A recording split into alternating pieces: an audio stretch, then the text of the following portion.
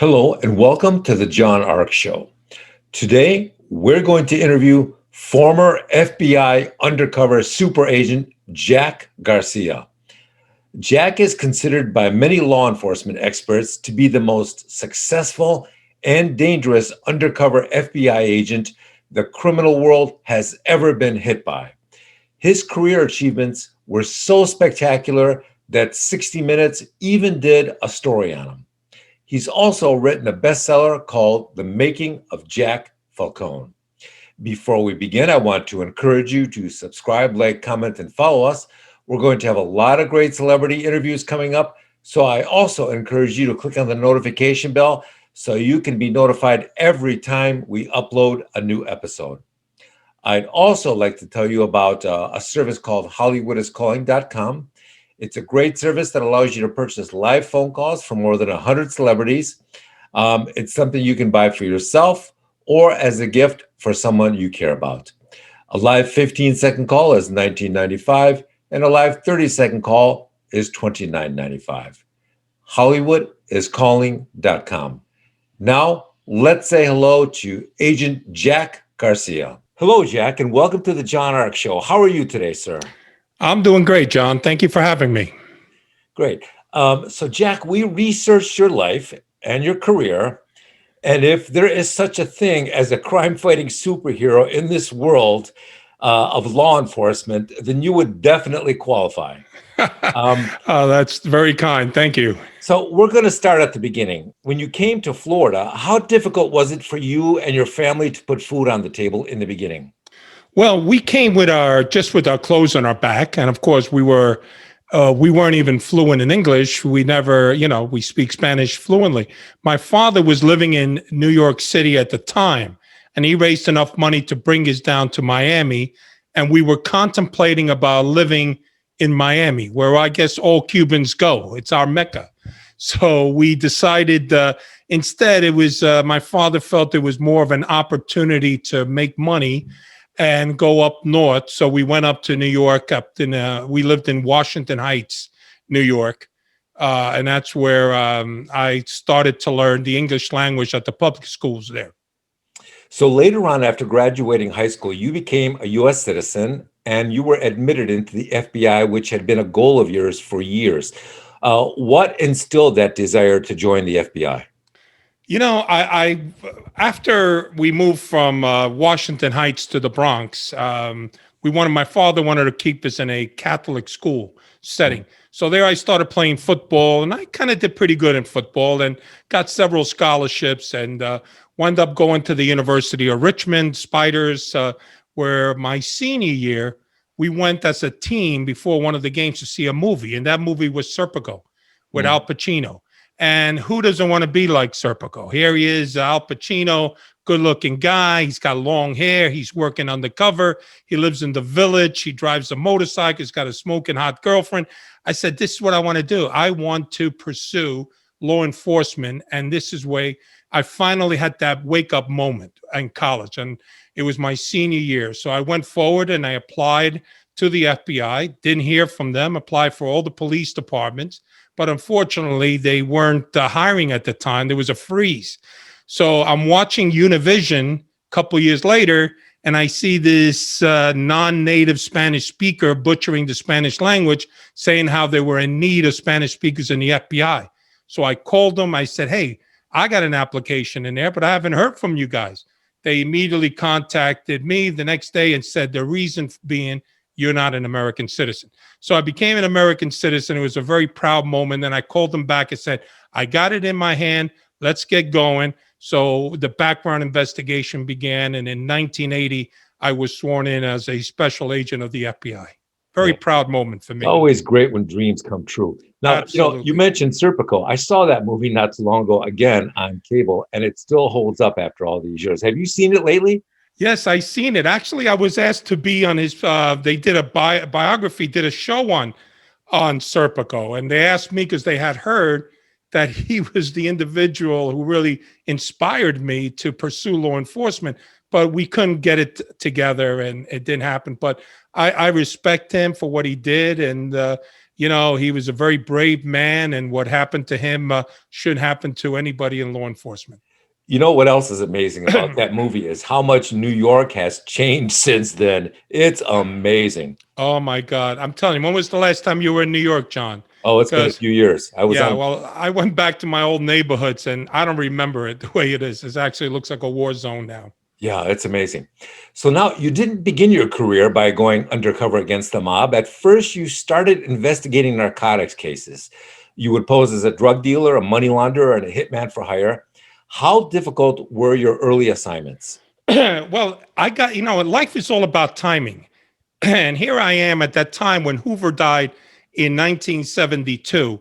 The demographics of rather the FBI didn't really resemble what the demographics in our society was. So I come in, this kid from Cuba, speaks Spanish fluently, and we got into narcotics. So I was kind of a shoe-in. I also didn't look or act like your typical FBI agent, a guy in a three-piece suit with the wingtip shoes. I was kind of different.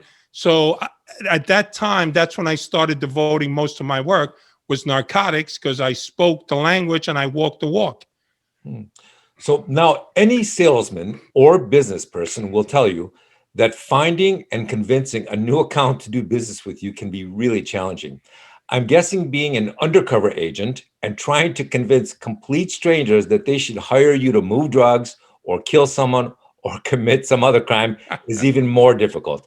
Tell me about some of the psychological tools and tactics that you would use to to win these criminals over. That's the rub right there, is having that individual that you're talking to believe the act of the person you're trying to portray. That's the skill part of it. But I equate it to acting. The only difference is that in actors, they get second takes. Undercovers don't get a second take. You screw up, that could be the end of you. So some of the tactics and people, this is the way I look at it, is you're able to infiltrate an organization many ways. But one of them is, of course, with the help of somebody who is an informant, somebody who either decided to cooperate with the U.S. government, maybe they have an issue on a prior case, and having those introductions really help you move along faster. The hardest way, which I've done many times, is you go in cold.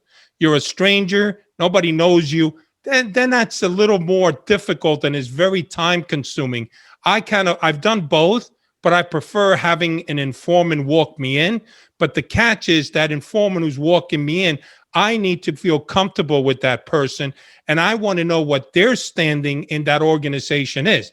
Because if that individual is looked as an idiot, then I'm a friend of an idiot, which makes me an idiot. So I want to make sure that the individual who's walking me into this group is respected, revered, and it's not going to be somebody who, they're going to look at you like, treat you bad because that's the way the informant is. So it's a whole theatrics that goes in behind the scenes in starting an undercover case. Now, I understand that when you're given an undercover assignment, the FBI gives you a fake ID. How strong is that fake ID? For example, if a local police officer pulls you over for a traffic stop, or you cross paths with another federal officer, and either of these guys runs your ID, will they see that you're really an undercover agent when they check, or is there no indication of that when they check your ID? There is no indication. And that's the important part, is that you need to create a background, or we call it a legend, a past. But each particular group that you infiltrate will depend on the degree of what do you call it, identification that you will need. I'll give you an example. In the mafia, there's a lot of accountability. You just don't show up. They want to know where you came from, who you are. You need to spend time with them. They need to assess you. They want to know everything about you. So, of course, you're going to need some really good, important documents to show who you are. But if I'm working a dope case, they don't care. Everybody goes by a name. So a guy will be Lucho and I'll be a doctor, or I'll be a licenciado. That's all they really need to do. So because it's so compartmentalized in narcotics, which is so different. They don't ask those questions, and neither do other groups. When I did the Dirty Cop case in Florida, it was the same way. I don't have to account where I'm at to these guys. I showed up when I wanted to. I contacted them when I wanted to. With the mob, it's full accountability, 24/7, 365. Now, tell me how and why the FBI eventually allowed you to begin doing serious undercover work. Well, that's what we do. Undercover work, it's really an investigative technique. It's no different than surveillance. It's no different than working wiretaps. It's an investigative technique that you use to get into that particular organization to try to assess what they're up to, what they've done, and identify the actual organization. So it's just a tool in our many toolbox that we use. Now, when you conduct an undercover case and you add wiretaps and bugs to it, it makes it even that much better because you're able to really identify the group and what they're up to, their activities, and then at the end, take them down. Now, at one point, you were tasked with investigating a strip club that the Albanian mob was trying to extort, and you got involved in that case. My question is, generally speaking, what percentage of strip clubs do you think are operated by the mob, and how do you deal with these extortionists? Well, that's a great question, John. Strip clubs kind of operate in the gray area. And by that, I mean is that if there's a lot of phone calls to the police and the police has to respond for fights or has to respond for somebody robbed one of their clients, okay, you could be shut down under the nuisance law. And that simply means that, hey, you're a nuisance to our community. We're shutting you down. So because of that, it operates in that gray area where they're easy targets to move in. And because guys like girls and guys like to drink, of course, they're going to populate a stripper. And, you know, so do the criminals. They enjoy going there and you know, flex their muscles. Hey, I'm with this guy, I'm with that. So getting into a strip club, we find not all of them, but a lot of them are somehow organized crime control. Now, when these guys started extorting the club at first, did they threaten to kill the owner, or was it more subtle than that? Well, how it started is the Albanians came in and they started trying to shake down the owner as well as, you know, and then it started getting more serious. It started getting a little more violent until the point that one day they demanded this money and they shot up guns in the air, smacked the customers around, hit the girls, broke up all the bottles, and came back and said, we're going to come back here and collect our $5,000 a month that we want. So the interesting part is the next day, the wise guy came in, this guy well-dressed, wearing his Brioni suit, alligator shoes, pinky ring, and he says, hey, we heard you had a problem. We could make that problem go away. And then that's where we entered with the help of the club to go in and pay off. We'd rather go after the mob guy. We went after the mob guy. We gave him the protection money. And that's how this case began. And that was to keep the Albanians. And the Albanians never came back. They were working in concert. They created a situation and offer a solution. And that's your textbook extortion attempt. So you see how they worked it. They worked it very clever hand in hand, where they're creating this violence in need of doing it. You have two ways to do it. Either pay them, or if this mob guy walks in, you pay the mob guy and they won't show up anymore. But you're still paying. So the object is you're still paying that amount.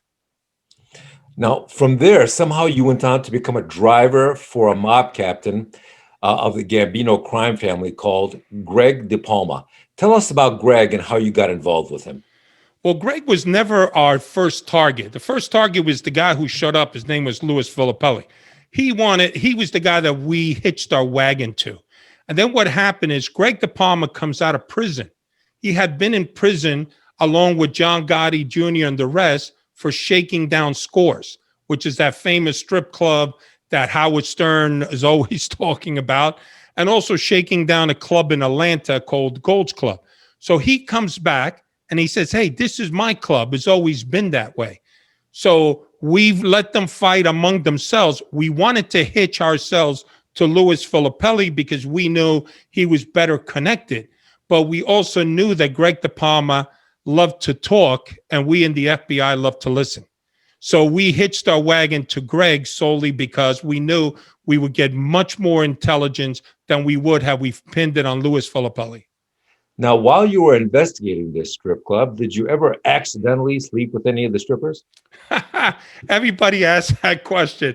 Listen, it's an interesting place to work in, but here's what happened. As soon as this case broke, all of these PIs came in, wanted to know who's Jack Falcone, because now you're destroyed. Your character, when you testify in court, and all of a sudden they say, do you believe in your word? Have you married? Are you fooling around? And if you, say no, they'll bring Candy out, and Candy will say, oh yeah, he was great.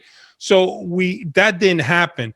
One of the things that my so-called cover was that I was married. I'm from Florida, and my wife and I were constantly battling. And I also had a girlfriend, a Gumad. So I had enough problems with women that the last thing I needed was to take on another one. Now, eventually, they make you an associate of the family. What did you do that caused them to trust you enough to do that? Well, I spent a lot of time with them, and then I started kind of doing deals with them. My deals mean like we had evidence from another case. There was cigarettes, counterfeit cigarettes. I offered it to him to make some money on it through his people. Then I started playing by the rules of the mob, and that is you have to give tribute payment to the boss. We were given an envelope. He put me on record with them and actually gave me a diamond ring that said, look, you're now with us. You're with the Gambino crime family. Nobody can mess with you. They have to go through us. So it was just a matter of spending a lot of time. Also, I started maybe giving them some jewelry. And what we would do is we would get the jewelry from the forfeiture unit where we have seized it from drug dealers and other criminals. And then I offered to them like, hey, my guys did a home invasion and we got these Rolexes. And that's what we were able to then sell it to him at a very cheap amount so he could add on to them a couple of thousands through his crew, and he was making money. So all in the mob, it's all about making money. And he realized that I was a money maker. I was a guy who was the kind of guy that they want, a money maker. Now, did all the members of the Gambino crime family wear the same kind of diamond ring to identify each other? Or no, surprisingly, no. And it caught me off guard why he gave me that ring. And he really, I don't know, it was kind of weird with him. He took a liking to me right away. I don't want to say it was my personality, maybe because I was older. Also the thing, and I write about in my book, his son had some issues. His son was a made guy, and he also cooperated in the gold case down strip club in Atlanta, and he tried to take his life, and he went into a vegetative coma. And he was at the home, a nursing home, where we actually did a lot of our meetings at the nursing home. So I guess maybe I filled that void for him, or maybe he felt comfortable because of my size. I was a big guy, and he realized that maybe, but whatever it was, I wound up being his driver. I wound up being his confidant. And in the organized crime world, you don't deal directly with a captain. You deal usually with a soldier. But I was dealing straight up with him. And we formed what he thought was a friendship. I couldn't stand the guy. He was very demanding. And he was also a hardcore criminal, but he was a celebrity in New York. He used to own the Westchester Premier Theater, which is the place of Frank Sinatra, Dean Martin, Diana Ross, you name it, went there in the 70s. So every time we would go out to dinner, you would see all these people come up to him. Oh, I remember your club. Can you reopen it? I remember seeing Sammy Davis there. What a great place. I met my wife there. And as I'm sitting there, I'm thinking to myself, run away, run for the hills. This guy is looking to get in your pocket. And then he would ask for a business card, and then he would try to assess, how do I get into this guy? How do I make money? But, he was a very colorful captain. He's also known for that famous photograph that haunted Frank Sinatra when he was at the Westchester Premier with Frank's arm around Greg De Palma, also Carlo Gambino, Paul Castellano, Jimmy the Weasel, all the mob guys that was presented in a Senate hearing to Frank as to his association with the mob, which, by the way, he vehemently and repeatedly denied. but he was close friends with a lot of these gangsters. Now, tell me about the psychological makeup of the mobsters you worked with. Were they cunning, ruthless, or were they just street killers who just got what they wanted by killing everybody who stood in their way? Well, killing has toned down in the mob. They've come to realize that killing is bad for business. So they're not about to just kill. Are they capable of killers? Some of the guys are killers. Not everybody. That's something that Hollywood has portrayed, that you have to kill somebody to get in to be a mob. That's not necessarily the case. You have to be really more of an earner, and you could be called upon to kill somebody or be part of that conspiracy. The guys that I hung out with were always hustling. Everybody's looking for an angle. It's all about making money. It's all about getting in your pocket. They're excellent in assessing people and, of course, exploiting them. So that's kind of what you saw them. It was a constant money-making venture, either in construction or either in this business or that, any which way possible. As far as killers and all, look, some of these guys I hung out with, they were very personable, but I never took my eye off the price. Could these guys kill me? Absolutely. But I'm not, when I was out with them, we did what all guys do. We talked about sports, we talked about girls, we talked about life. But when the thing came down, you knew what kind of guys they were, because they're not like you and I. These are criminals. Some of them are sociopaths. And this is what their life consists of. It doesn't consist of trying to do the right thing. It always consists about doing the wrong thing. So you said something interesting. You said that whenever De Palma would meet a legitimate businessman, he would immediately focus on how he could best extort money out of the guy.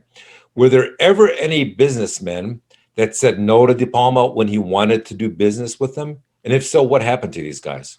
Well, it's a slow dance that you do with these business guys. You know, it isn't that you come right out, you meet the guy, hey, I want to do this.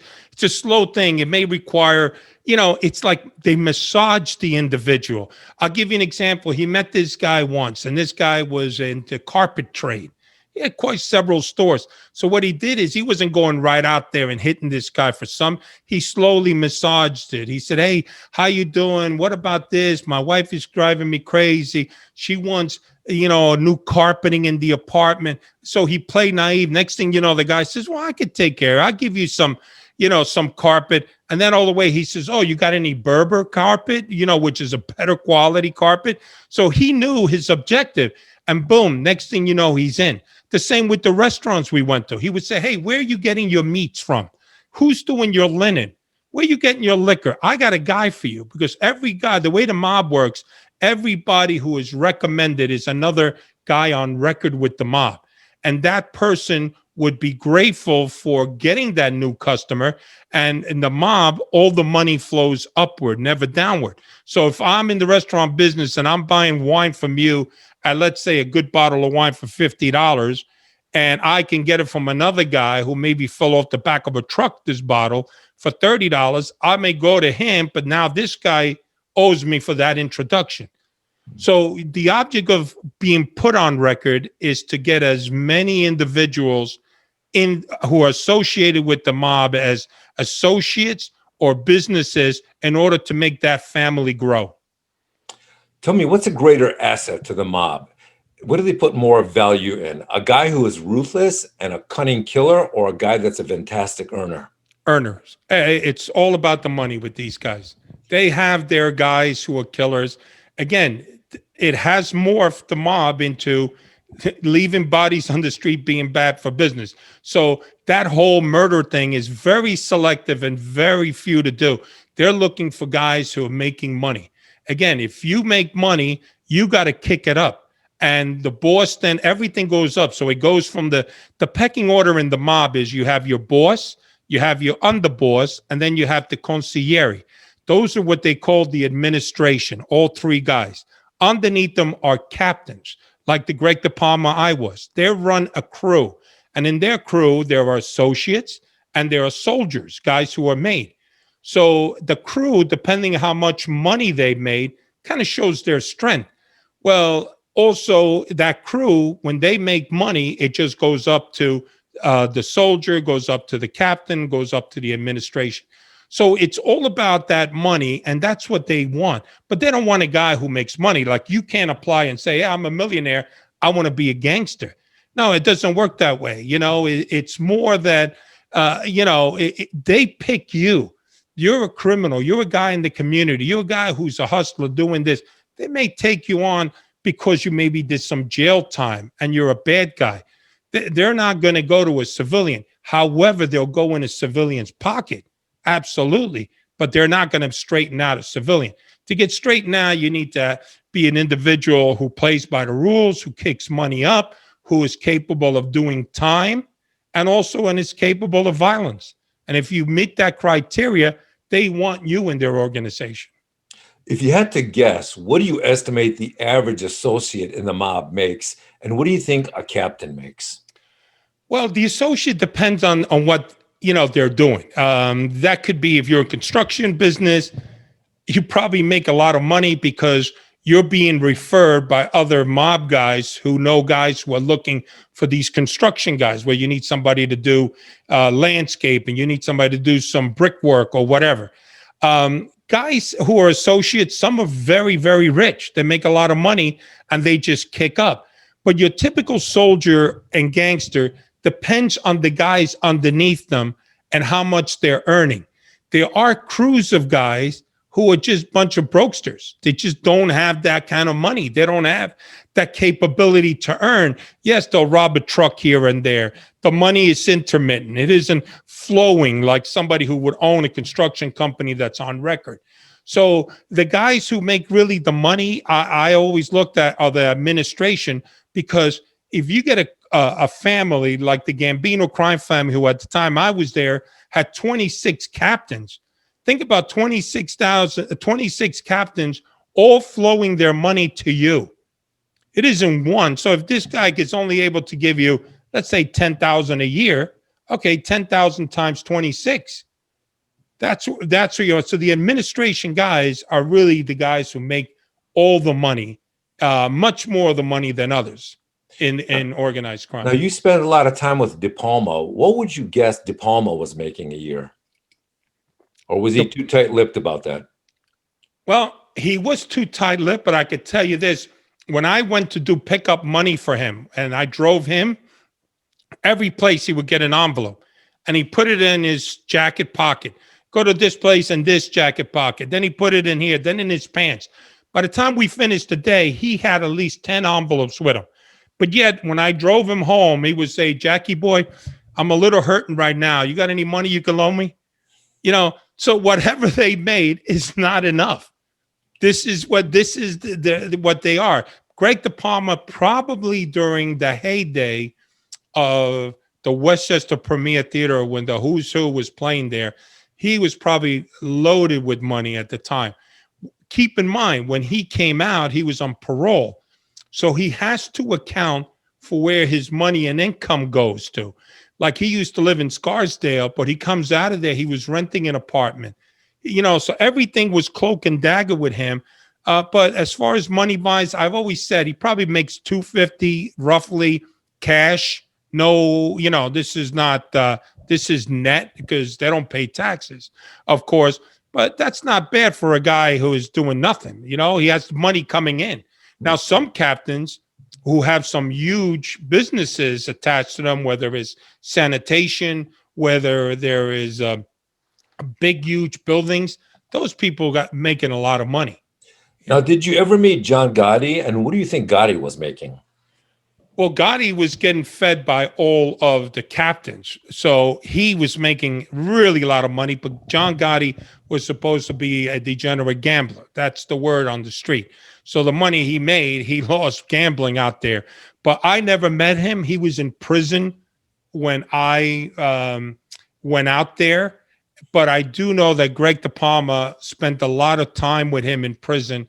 And he was very proud to have been his confidant in prison. He gave them food, made special food for John. He took care of John while he was in prison. And he really loved John. He really had this thing that he felt John was the greatest thing in the world. So, where do you think the mob puts most of its money? Do you think they hide it in the walls of homes? Do you think they invest it in legitimate businesses? Do they launder it through the Vatican Bank? Where does all that money get hidden, in your opinion? You know what? Probably yes, yes, and yes. That's the secret because they know when they get arrested, which they know they will eventually get arrested, that we're going to hitch our or send our forfeiture squad to try to find out what this money is. And sometimes we can't. My guess is somebody gives it to a relative, a cousin, an aunt, some legit person. Some of the money's there. Some of the other money is somewhere else. As far as them keeping it in their house and the old proverbial, remember the mattress stories? They always say, keep it in the mat. They know we're going to go in there. I'm going to rip that mattress apart. They know you're going to go in the refrigerator and there it is frozen. So they hide it as they should hide it. Now, a guy like John Gotti, people say, oh, he's broke. He doesn't have any money. The government took all their money.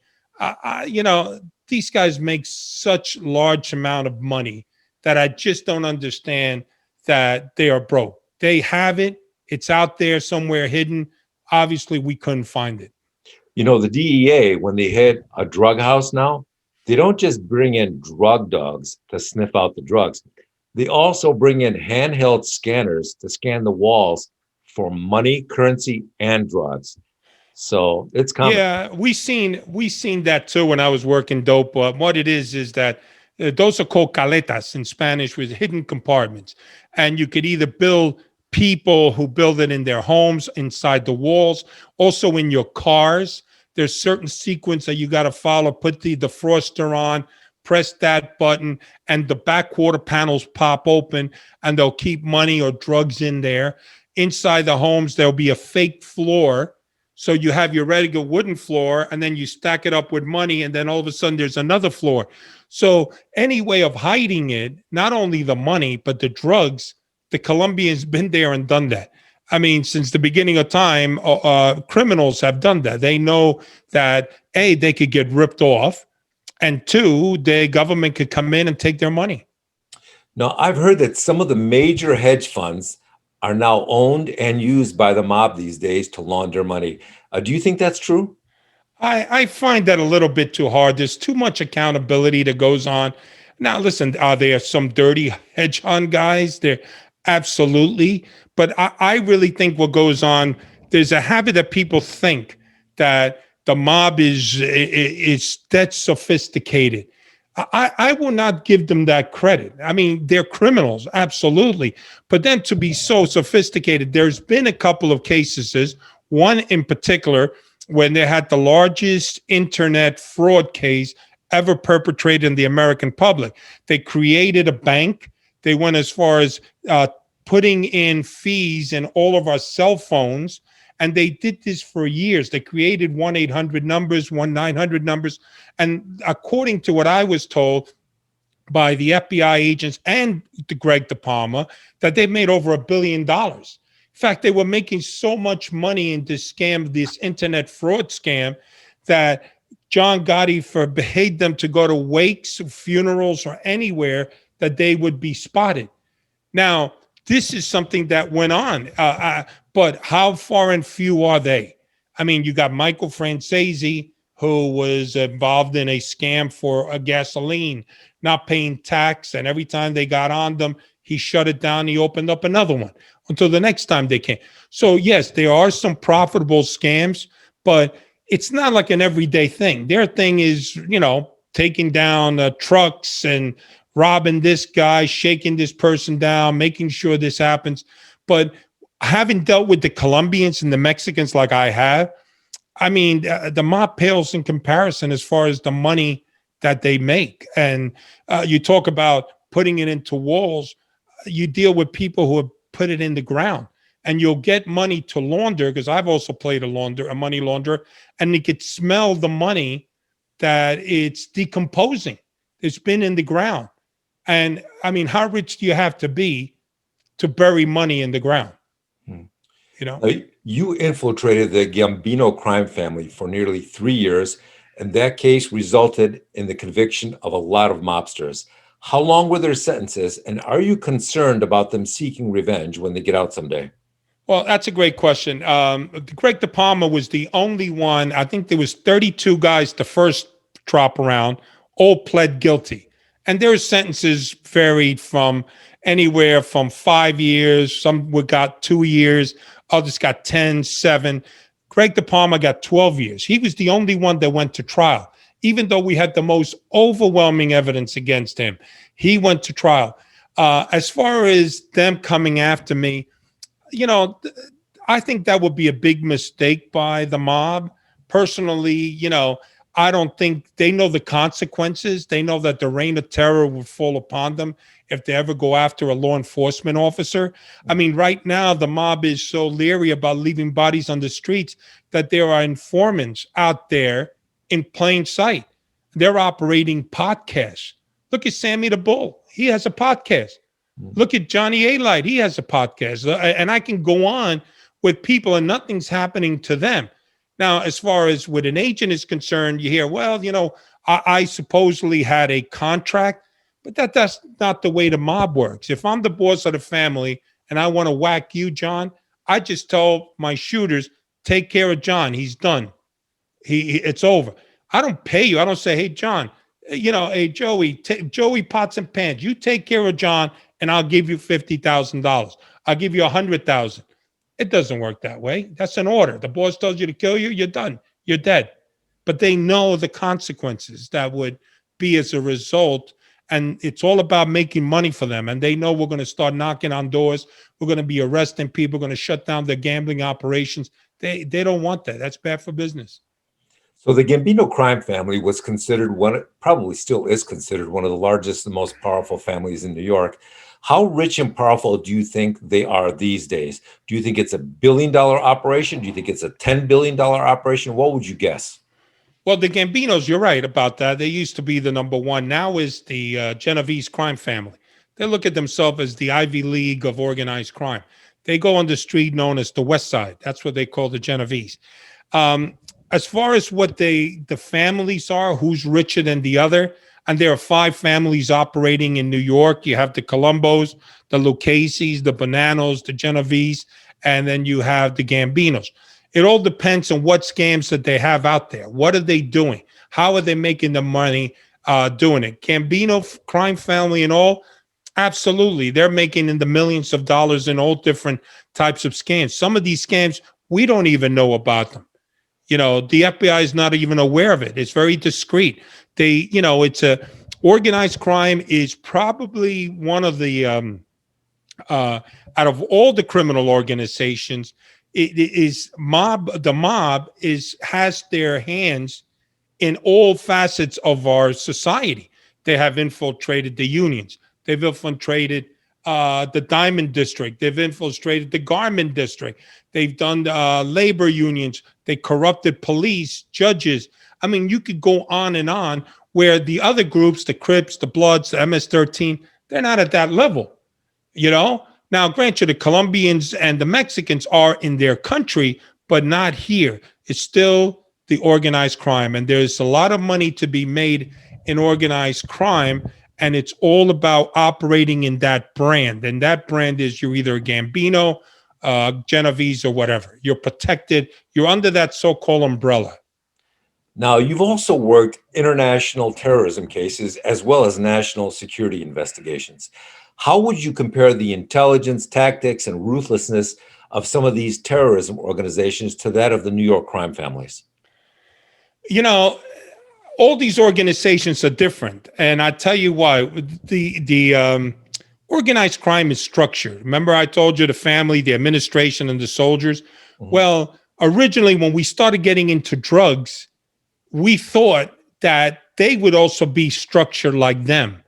But they're not structured like that. Every organization, whether it's a terrorist group, a organized crime group, or a narcotic group, are all structured different. It's just the way it is. My only foray in the terrorist thing was I dealt with a couple of lone wolves. So I'm not really privy, John, to really what goes behind the scene. I can tell you, we have one hell of a counter terrorism squads in New York. And on your point as to where things are, I know that it's unfortunate, but the organized crime and drugs are no longer an investigative priority in the FBI. I mean, we went from at one time having 5 squads full of maybe 20 FBI agents, and some of them even contained police officers, to now operating out of 2 squads. So, not that we have really, because every arrest you read about organized crime is over. But what these guys do, they morph themselves again. They learn from their experience and then they come out stronger and better. Now, the problem with us not pursuing them as hard, I mean, we still pursue them, but not as we used to, is I feel they're growing in numbers, that they are learning from their mistakes. And the investigative priorities of the FBI are understandable. You have terrorism, you have cyber, you have white collar crime, you have foreign counterintelligence. But when I was working it, we were always in the top. So now it's been put aside because we have dented them so well. But hey, so these guys are not stopping. I've always said, look at sports betting. It's through the roof, especially during Super Bowl and everything else. Look at bookmaking. Look at loan sharking, especially during these pandemics. People in the streets are making huge amount of money. And as long as people are buying things that fall off the back of a truck, you're going to have organized crime. It's that simple. Now, you've also worked undercover cases against the Russian mob. Generally speaking, people say that the Russians are very intelligent and effective, and that's why these seldom get caught. How would you characterize and compare the Russian mob to the Italian mob? Well, the Russian mob is infatuated with the organized crime, with the Gambinos and the traditional mafia. They're truly, it's amazing. I mean, I've been to all the bars up in Brighton Beach. You know, I've been to Rasputin, which is a famous, and you like go back and you see these guys trying to model themselves about gangsters. And we got in through an informant and they thought we were connected guys and we get this luxury treatment. They really are into that, working.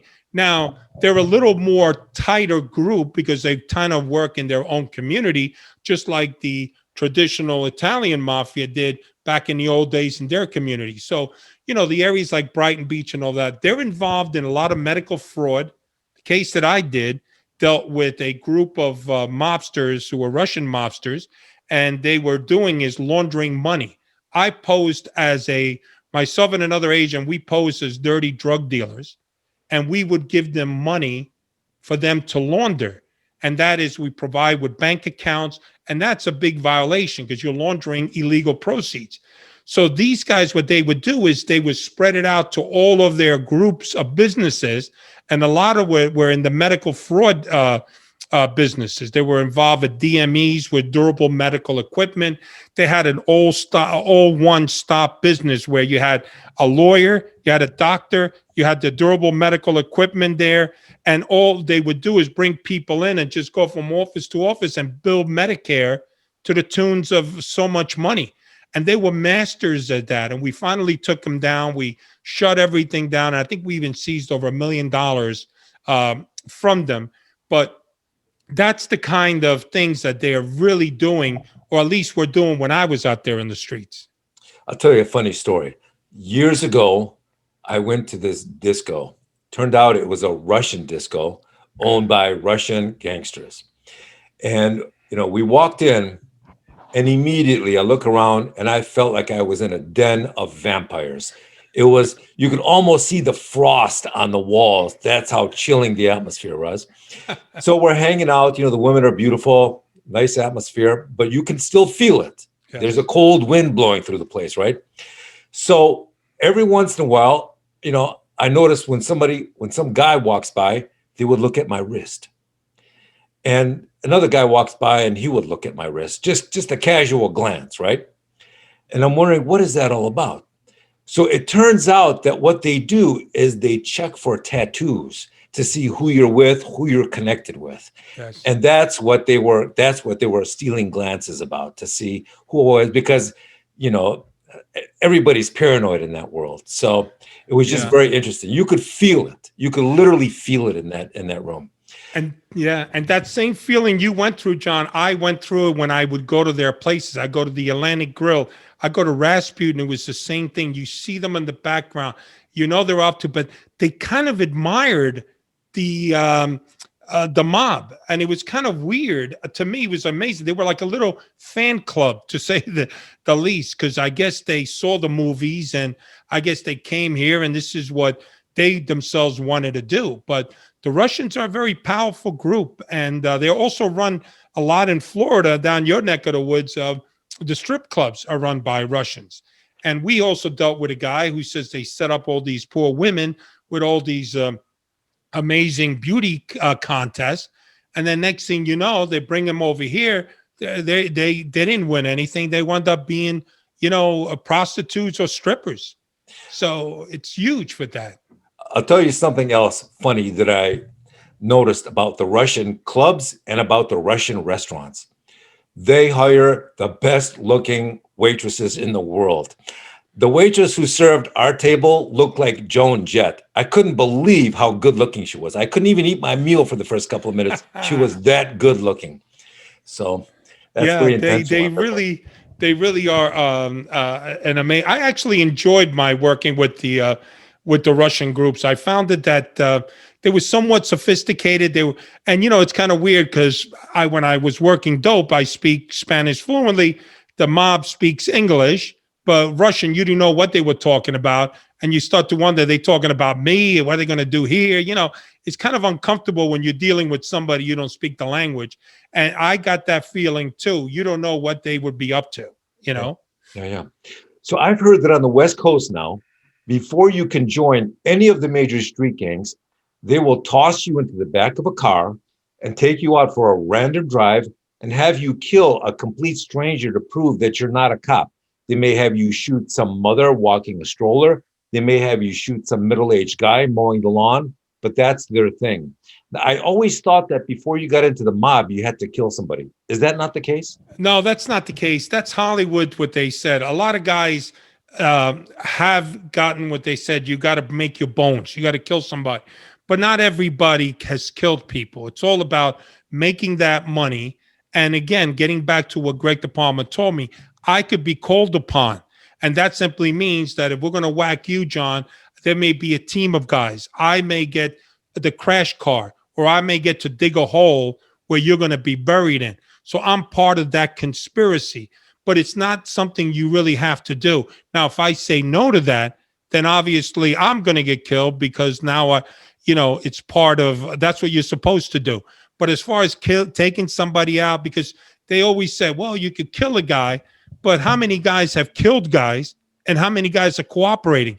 And the reason they say, well, you could kill a guy and you're not going to testify because your hands are dirty. Really? How's that working?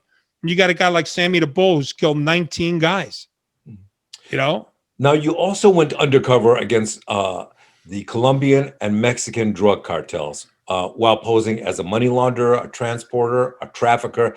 I'm guessing that you did this work in the Miami area. Is that correct? Yeah, I did it in several cities. I did it in Philadelphia. I did it in New York, of course, Miami, and San Juan, Puerto Rico. How did the business practices of the Colombians and the Mexican cartels differ from the Italian mob and the New York mob? John, night and day. They are so compartmentalized. They are there are people in that organization that are responsible for certain things. I remember when we were in New York, we had an informant who was only job was to find safe houses. Another person was to find phones, where to get these phones, the communication aspect of it. Another person was to build these caleta, these hidden compartments in a house, in a car that would be involved. And every part of that group, that cell that would come in, would be responsible for something, just moving tons of weight. And what made them so interesting was that if I'm working them, and a lot of times, sometimes they made the surveillance, I would get a phone call, we're being followed by this car, and it could either be an FBI surveillance car or could just be someone that he's paranoid. Well, the next day, that person disappears. That person gets transferred to California, goes somewhere in Miami, and goes. Where when you work the mob, the difference is if you miss someone in the surveillance, you pretty much know where they're going to be. They're going to be either at the Gumada's house, they're going to wind up being at the social club, they're going to be at this guy's house or that guy's house. So they're that sophisticated and cunning that when they're in here, their sole purpose is to make money and then get that money out of here. The mafia makes money and it stays here. Colombians and Mexican, this is not their home. They're here to make money, bring in death, which I called heroin and cocaine, and bring their money back to their homeland. Now, recently, Mexican authorities arrested, and by recently, I mean, I believe it was last year, arrested a drug cartel son and were immediately surrounded by soldiers from all the cartels who joined together to encircle the entire town and the entire subdivision that the police officers, their wives, and children lived in.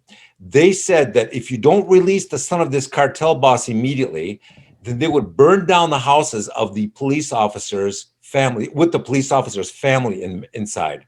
And that because of that, the entire law enforcement apparatus of that part of Mexico was forced to release the son immediately. To me, this is an incredible story. Did you ever see the Mexican or South American cartels demonstrate that kind of ruthlessness during your investigations? Well, again, here they didn't have that strength.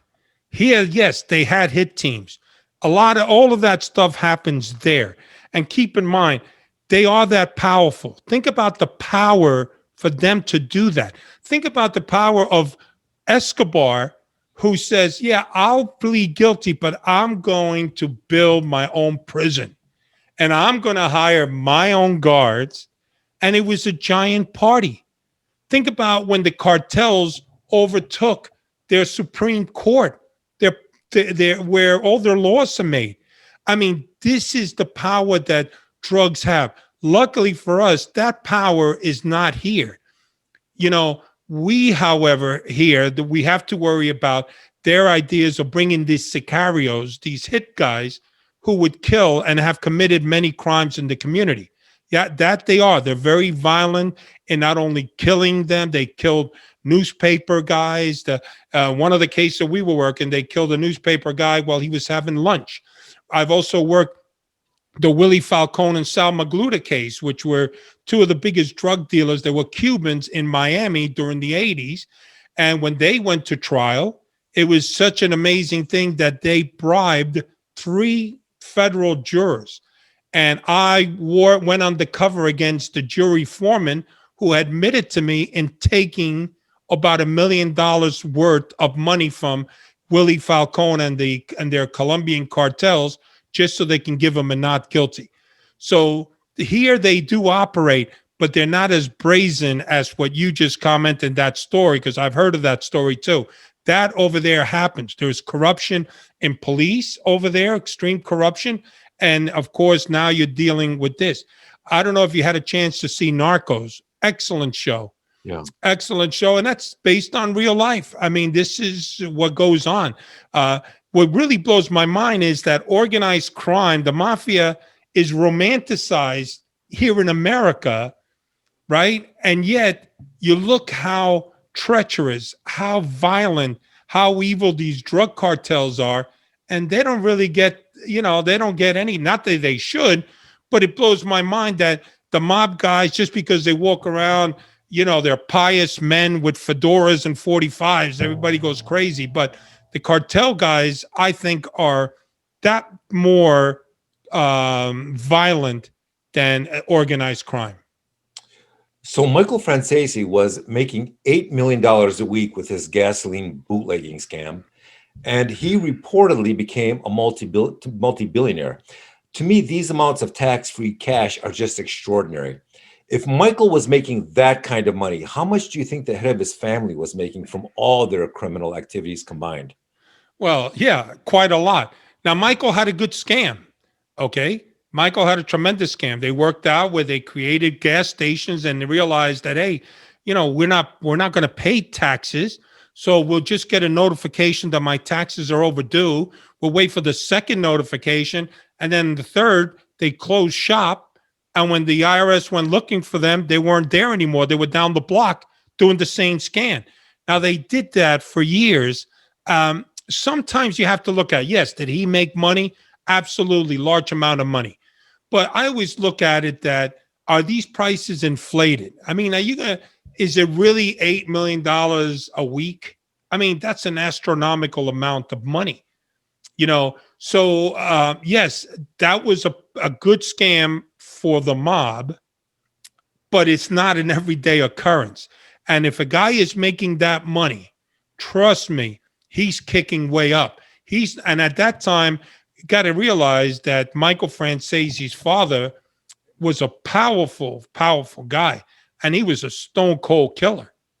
I mean, Sonny Francese was a stone cold killer. Actually, he went to jail when he was 94 years old for shaking down something. Think about, he came out of jail when he was 101 and probably still went back into the world of life of crime. So Michael had that protection of his father, and also he made all of that money that he made, but he wasn't allowed. Yes, he lined his pocket, but trust me, the people above him in the family also lined his pocket as well. By the way, Michael strikes me as an intelligent man. And it's very hard for me to believe that he surrendered all his money and all his assets as part of his plea agreement. Do you believe that, or do you think he's got some money squirreled away? Listen, he's got a lot of money going away with him. He made a lot of money. Again, there goes the way the mafia is today, that he cooperated, and he's still doing well. He's out there in the public world. He's made a lot of money, and I'm sure he kept a lot of money, and he had money hidden that he called upon, and now he's got this new thing with religion. And like I said, God bless him. I mean, he's like either a born again, or he goes around the country and he preaches, and I don't even know if he's a pastor, but he does that. And I have spoken to Michael after a few years ago on something. He is a very intelligent guy. Of course, he is. He went to college too, and he knows. But I think that, yeah, Michael's got a pretty good shtick going, and God bless him. That's all I could say. What do you think happened to all of John Gotti's money when he went to jail? I think his family got it, and that's one thing about his family. They're very tight. The Gottis are very protective, not only of Gotti, of John Gotti, the father, but of the brand. The Gotti is a brand name. I mean, they used it on their success on the TV shows. The part that I find amazing is, I don't know if you've ever interviewed Johnny A. Light, who was a close confidant of John Gotti Jr. And by the way, he has his own podcast, and maybe somebody you may want to talk to. There is like a Hatfield and McCoy like battle brewing between the Gotti brand and Johnny A. Light, because Johnny A. Light exposed a lot of elements of John Gotti, specifically that he had cooperated by releasing in his book a copy of an official FBI document highlighting his cooperation. The Gotti name is saying, no, he never cooperated. So it's a back and forth thing. So it's an interesting thing. Gottis have that money.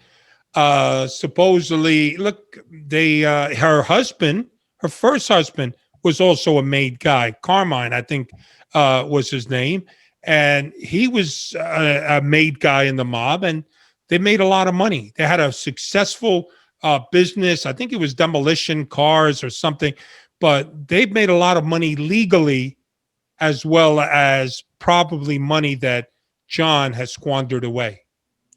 Now, is it true that when John Gotti went to jail, that he was being taxed $500,000 a month by one of the other gangs inside to keep him alive?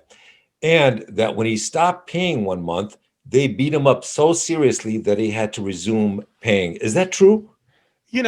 I've heard that. I've never met John, but John was true Cosa Nostra. He was a gangster. He lived this. And all the things that I've heard from Greg De Palma and others who worked under him, John was a very tough guy. He could handle himself. I've heard those rumors that supposedly he had a white supremacist group that were watching him against some other gang that were moving in. John, I think, the kind of guy he'll fight you to the death. I know that he got supposedly mugged or something or beat up in court, but whoever did that, I'm sure looked worse than John. Because not that I'm glorifying him, but John was a tough guy on his own right, and he had that reputation. So as far as him paying some other group, I don't know. I find that a little hard to believe that he would resort to that because if he's in prison, there are other wise guys there who would come to his, defense. And there's also, and I witnessed this firsthand, there are other criminal groups. They want to kind of hitch their wagon to mobsters because when this is over, meaning jail, they're going to go out there and they may want their support and help. So I can't see him paying for somebody. I think maybe if anything, with some kind of beef, which happens in prison all the time, either using the phone or doing something, and they let from there, and the rest is folklore. But I don't know if that to be true. Now, you've worked more than 100 cases. Have you ever met any mobsters or leaders that you thought were so incredibly clever and intelligent and cunning that you weren't sure how to approach them or how to take them down at first? Yeah, there's been instances. I mean, when we more so not with the mob, but with the cartels. I mean, they would always, whenever you work a case, you always try to go up the ladder. You try to get the person you're dealing with, introduce you to their source and above and above. And one of the things is like, we've gotten to a lot of points in the States where our next step was to go to Colombia and we couldn't go to Colombia. There was just not a safe environment for any undercover to go at that time, so we didn't. So that was with the drug world. With the mob things, I've seen some guys who's got the makings of real bosses. One of the guys was Robert Vaccaro. I thought he was true Cosa Nostra. He was the guy who beat up the guy in the book that I talk about with the candlestick.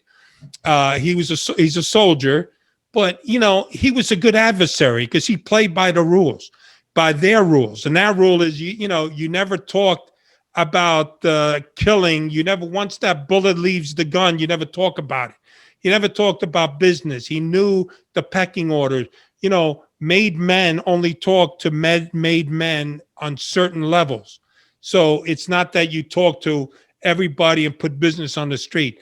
He was the complete opposite of Greg De Palma. And it was a guy who was a likable guy. I mean, we would spend hours talking. We had dinner. He was a very personable guy.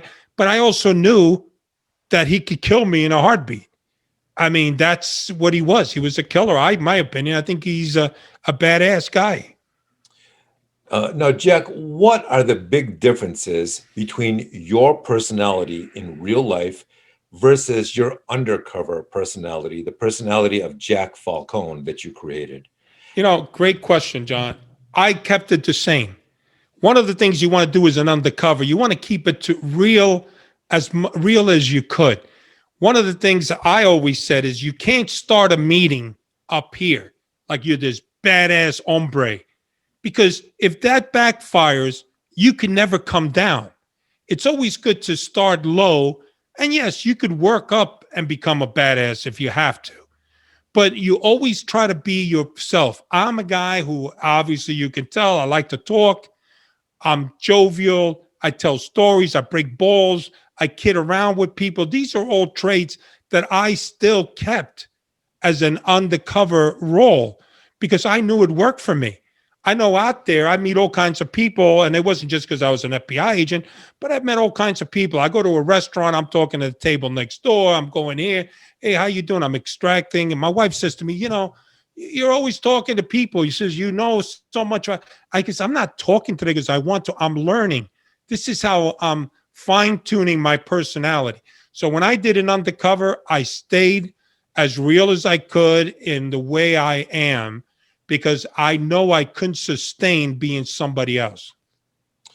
Um, by the way, I understand that your wife stood by you for all these years Yes. and that your marriage remains intact And that is no small feat under normal circumstances, let alone, with the career you've had.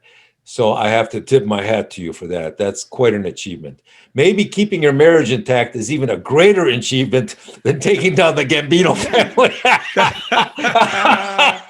That's true. That's true. Listen, it was a tough run. I mean, think about it is, and I always give, kudos to my wife because when you work undercover, you assume this persona and you're out there meeting with serious people. And the last thing you need is to have her before I left, or if I called, because sometimes I never came home for weeks, I would say, she would call me up because where are you? How come you didn't show up for your daughter's uh, thing, this and that? Well, I didn't have that. She was supportive. So I knew when I was out there, my head was cleared. It wasn't like, oh my God, my wife is nagging me. She said I did this and I did that. Oh my God, how am I going to get out of this? She wants me to definitely come here to go to this thing. I didn't have to. I knew she was supportive. She didn't know what I was doing, but she was supportive of me working out there all hours of the night, you know? Now, let me ask you a question. It's the evening time. You and your wife are on the sofa watching cable. You're flipping through the channels, and there's a mob movie on. Do you stop, or does she start screaming and tell you, keep going? That's it. That's exactly it. She doesn't want to deal with any of that. She didn't want to, like, oh my God. And then, it was funny. I was very honest with my wife, even during the difficult times, the great times, and all of that. And one thing I only lie that I told her was that I was not an owner of a strip club because I knew that could probably take her over the edge. So as far as she concerned, I was working. That's all she knew. And then at the end, she goes, well, you failed to tell me you were a strip club owner. So of course I tell her, hey, look, everything was fine. But you don't want also that hanging on her head when I'm out, coming home for 3 or 4 days, thinking like everybody else thinking, you know? Well, let me ask you this. Right now, do you think the Colombians and Mexicans are the most ruthless organizations? Or maybe are the Chinese crime groups, are they a rising power? Who do you think is really on top these days? As long as there is, when do you remember Ronald Reagan's wife when she Yes. came out with her "Just Say No to Drugs"? A lot of people laughed at her for that, but I'm a big believer of educating our young to be against drugs because as long as there are drugs and people are using drugs, you're going to have the cartels. You're going to feed the cartels. You're going to give them the business. Um, I don't see any other, group but the cartels because drugs are still in. I see the Chinese as a very not only, and I've actually worked a case. We worked a case called Royal Charm that we dealt with the smuggling of counterfeit cigarettes and these $100 notes that were called super notes. And these were undetectable, this type of $100 bills. So I see them influencing our economy. Back then, years ago, I saw that they would do all kinds of intellectual property they would steal. They manufacture whatever. They even got into the medicine where they could say, we could provide you any medicine. So I think that's going to be that's really the mafia. That communist China, I think, is the most powerful because they're controlling all of our medications. They're controlling counterfeiting up the wazoo. I mean, we sold tons of cigarettes. We will bring them in, smuggling it. They had and they looked just like the cigarette. We had them tested and they came back. They were just, as good. And of course, they sell it at a cheaper price. So China is a very powerful play, and they stole everything. I remember being with these guys. They were part of this Chinese group out of LA. And the guy says, you bring me whatever you want. You want to bring me a Rolls Royce. You want to bring me some Callaway clubs. We will duplicate it at a great price and you could sell it. Do you know that the Chinese are so good at product counterfeiting now that the counterfeit name brand motorcycles that they produce are so similar to the actual name brand motorcycles being produced by the legitimate company that the only way to distinguish one from the other is to do a DNA test on the rubber hosings on the engine itself. Because Wow. then when they track the DNA of that rubber, they can tell the difference between that and the and the other. That's how good they're getting at counterfeiting. Yeah. Well, listen, and you're saying that now. I saw that greatness that they were in counterfeiting back, what was it, in the year 2006, 2005.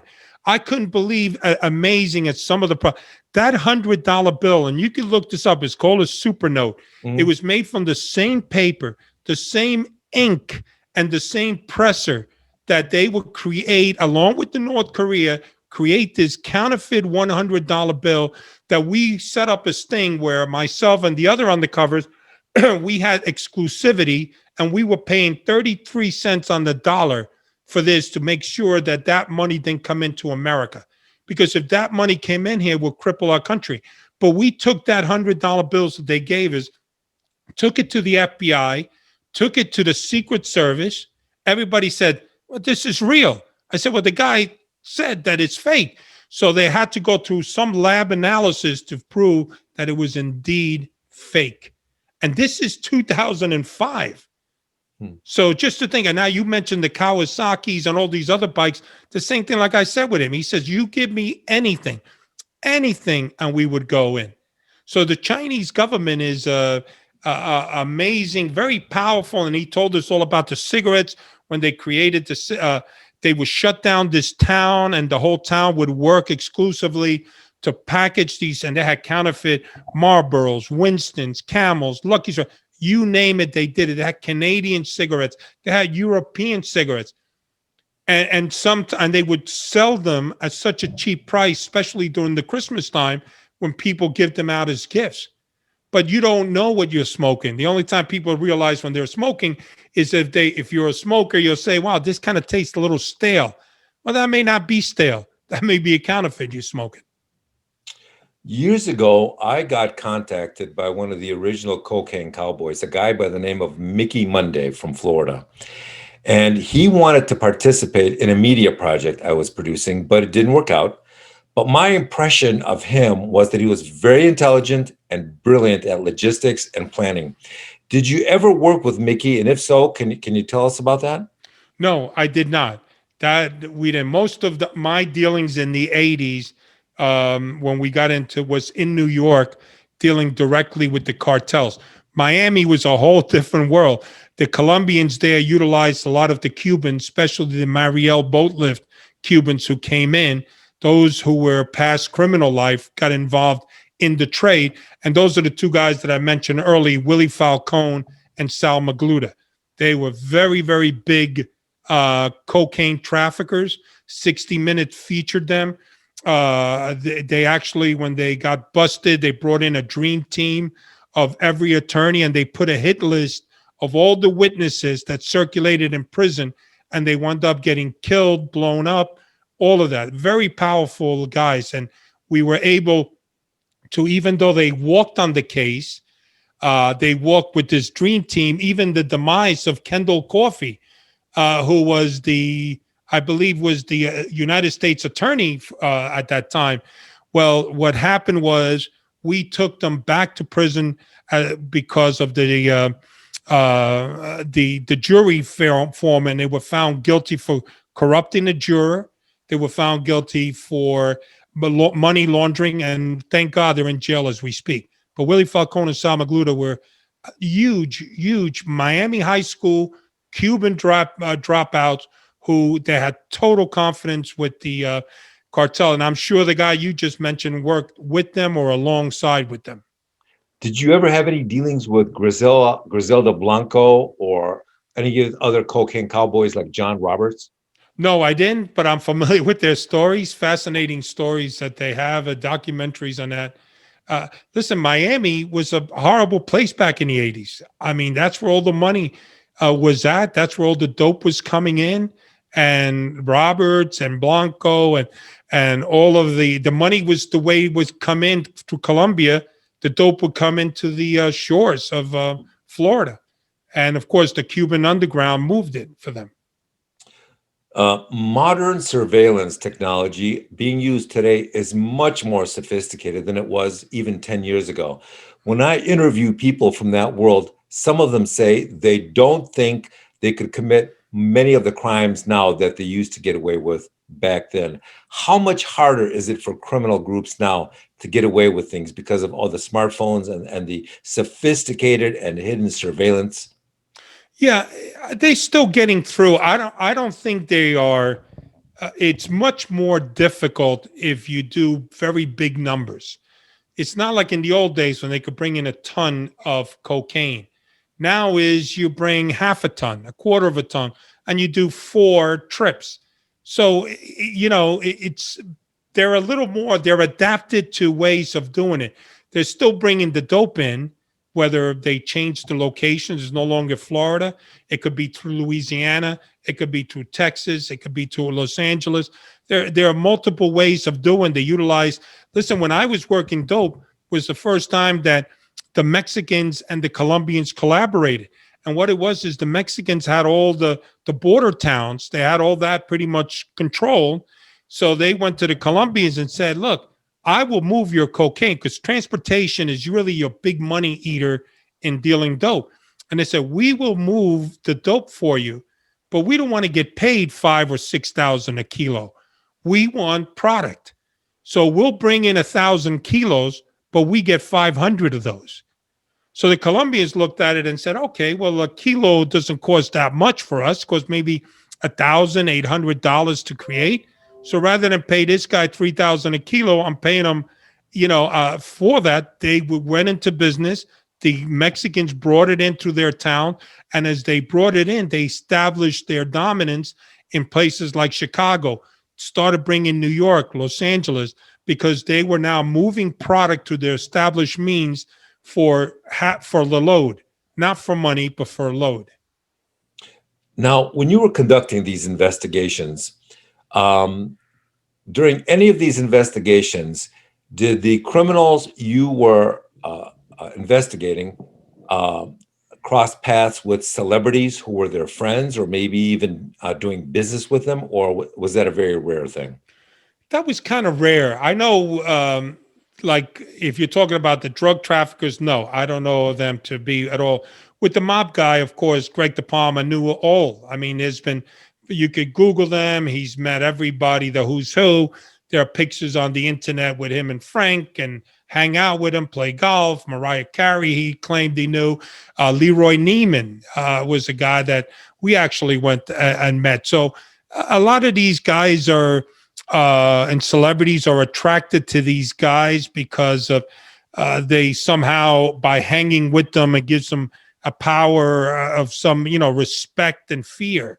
But they weren't like palsy walsy with them. At least I didn't know any. The guys that Greg knew, oh, he knew Willie Mays. He was friends with Willie Mays as well. But they were people that either they knew or enamored. They weren't like fans, so to speak. They again getting back to, yeah, I know Willie Mays. How am I going to make money with him? Mm. So, and of course, he found a way, and that's getting him to sign balls and sell the balls to Greg at a cheap price. And then, of course, Greg would sell it at a top price. So, you see what I mean? It's all about that money thing. Yeah. Where do you think the mob is headed to in the next 10 years?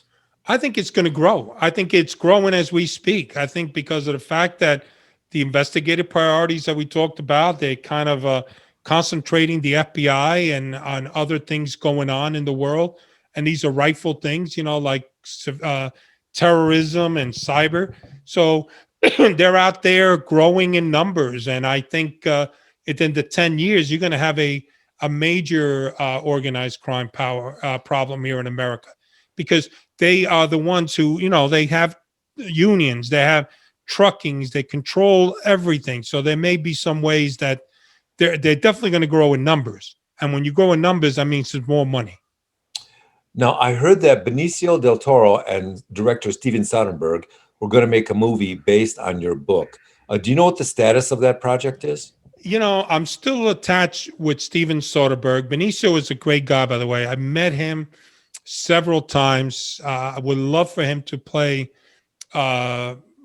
me. But he's what happened is they refocused from doing a movie to now doing an episodic series. Hmm. That's the latest. But John, I've kind of stepped back from them. I mean, I have all the confidence in the world with Steven Soderbergh, as well as Michael Schamberg and Stacy Scher and John Henson, which are part of the um, production staff. But it's depressing sometimes. Like they want to go, you want to go. There's a hiccup. Something happens, so I stay back and just say, hopefully they'll do it soon. I think they now have no longer in the episodic series. They're going to put a guy by the name of Rafael Casal, who I think is a young, very good guy for me. And what makes it great for me, he's younger, better looking, and skinnier. Hey, what a great life that is, right? I don't have to do anything. So Neil Armstrong was the first astronaut to walk on the moon. And when he came back to Earth, he got home, he walked into his house, sat down on his recliner, and he started staring off into, the space ahead of him, and he started thinking, what the hell am I going to do next? When you finished your career with all the excitement and the activity and the thrills and all of that, did you have that moment where you sat down and you thought, what am I going to do next? It was a tough adjustment. I mean, I was juggling cases. I was going here, I was going there, working with mobsters, dirty cops in Florida, this and that. And I was at 78 RPMs. I was really moving along. And then all of a sudden, you retire and you're going at a snail pace. I went from driving the captain of the Gambino crime family around to driving at that time was my 5-year-old daughter. And to be honest with you, there was no difference. They both want things, she wants it. So my life became like, oh God, what do I do now? And I miss it. I miss the adrenaline high, which is undercover work. There's no better feeling than looking at that bad guy and you're racing your drink and a toast and you're looking him in the eye and you're saying, this guy is believing everything I'm telling him. How great is that? I mean, it's a great feeling. And then now I do some rescue work with an animal rescue group called the Guardians of Rescue. So I'm involved with that as a volunteer. So, I'm keeping busy. The pandemic, I grew my beard for the pandemic. I'm trying to just get over this thing here. But I do miss it. I miss that action. It's an action. That's what it is. That was my drug. Working undercover is like I did 100 cases plus God knows how many by bus, street level stuff that I would deal. That excitement is gone. Now I watch television. So before we wrap things up, do you have anything you want to promote at this time? I as far as I'd like to promote Guardians of Rescue, which is an animal rescue group, and they're based out of New York.